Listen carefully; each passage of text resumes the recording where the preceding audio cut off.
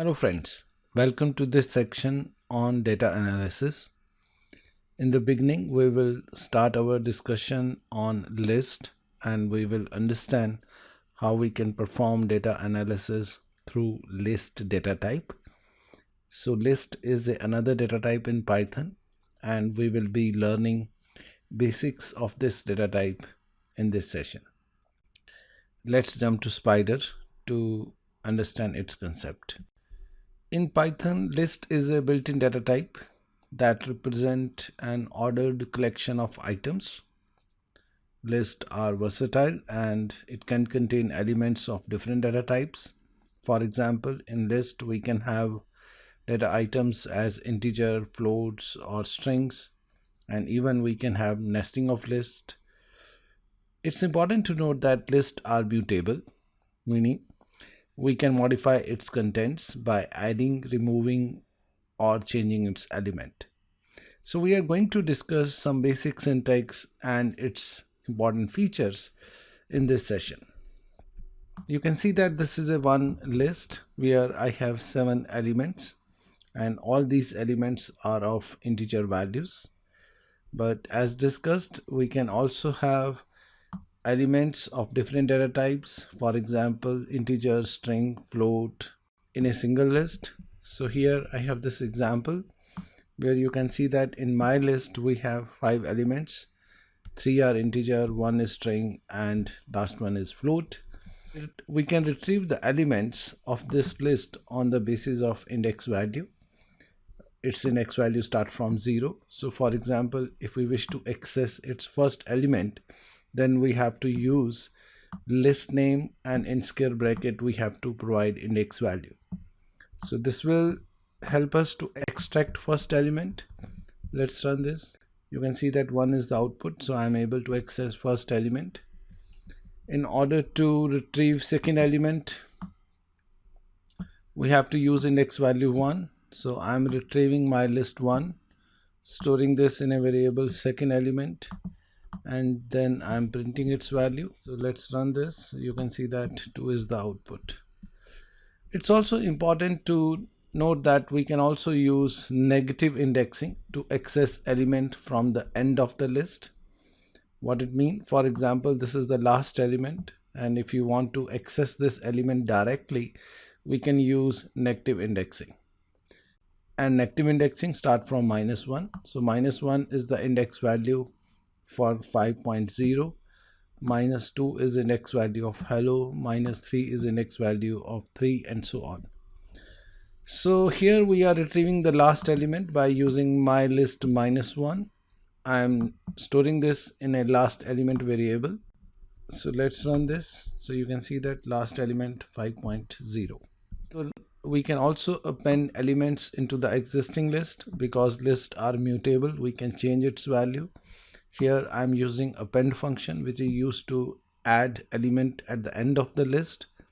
So let's suppose we are adding 6 at the end of the list, and I'm using list name dot append function.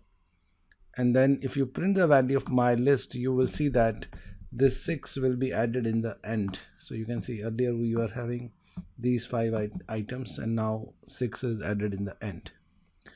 We can even insert a element at a specific index position. And in order to use that, we have a function called as insert.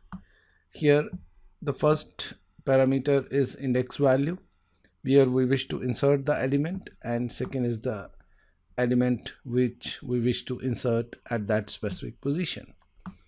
Let's run this code. You can see that 0, 1, 2 index value start from 0. So at 2 we have world, which is inserted at that point. So earlier we were having 6 element, now our list is having 7. So we added one more element at index position 2. We can also remove existing element by using remove function. So here I'm removing the element on the basis of value. So here it will search for 3 in the list and will remove that item.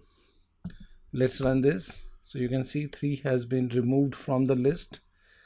Let's suppose if element is not present, then let's run this. So you can see that it say that X, which is the parameter, which is not present in the list. So if element is present, it will be removed, otherwise it will say it's not in the list.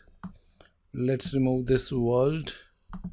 Now let's run this. So you can see that world has also been removed from this list. We can also specify slice of data, which is used to extract subset from the list. Here I'm giving starting range and ending range, so it will extract this subset based on the given index value. So here this will start from index value 1 and it will go up to 1, 2, 3, 4 will be excluded. So this is my existing content of my list. So take a look at this list. This is my list, and if I extract 1 to 4, can you tell me what value will be extracted? So 0, 1, so it will start from this 1, 2, 3, so 4 will be excluded. So a subset of 2, hello and 5.0 will be created, and I am storing this in another list which is subset. So let's run this. So you can see that 2 hello 5.0 is extracted as a subset, and we are getting this in our list. So these are some basic functions in list.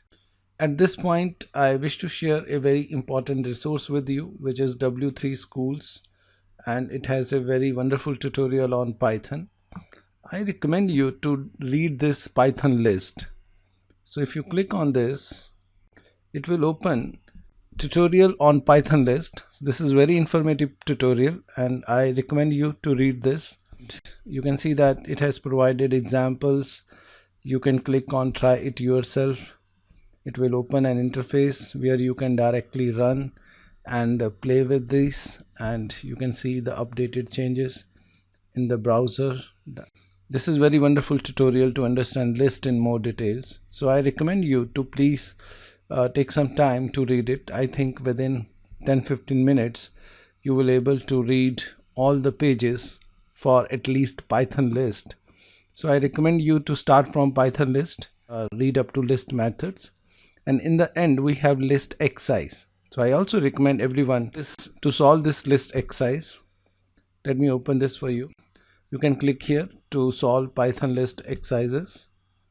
It will open all the exercises. We have total 8 questions for list, and I know that you can solve these after reading the tutorial. So the question is print second item in the fruit list. So you know that for this we need to use list name, and since we have to access second element which will have index value 1, so this will be the answer. Submit this. Yes, correct. Next, move to next exercise. So you can solve all the question, and if something is not clear you can also push the button show answer and it will display answer to you. So I request everyone to complete this Python tutorial on list before moving next, and I will see you in next session with some more tasks on Python list data items. Thanks for watching this video. See you in next session with some problem statement. Bye bye.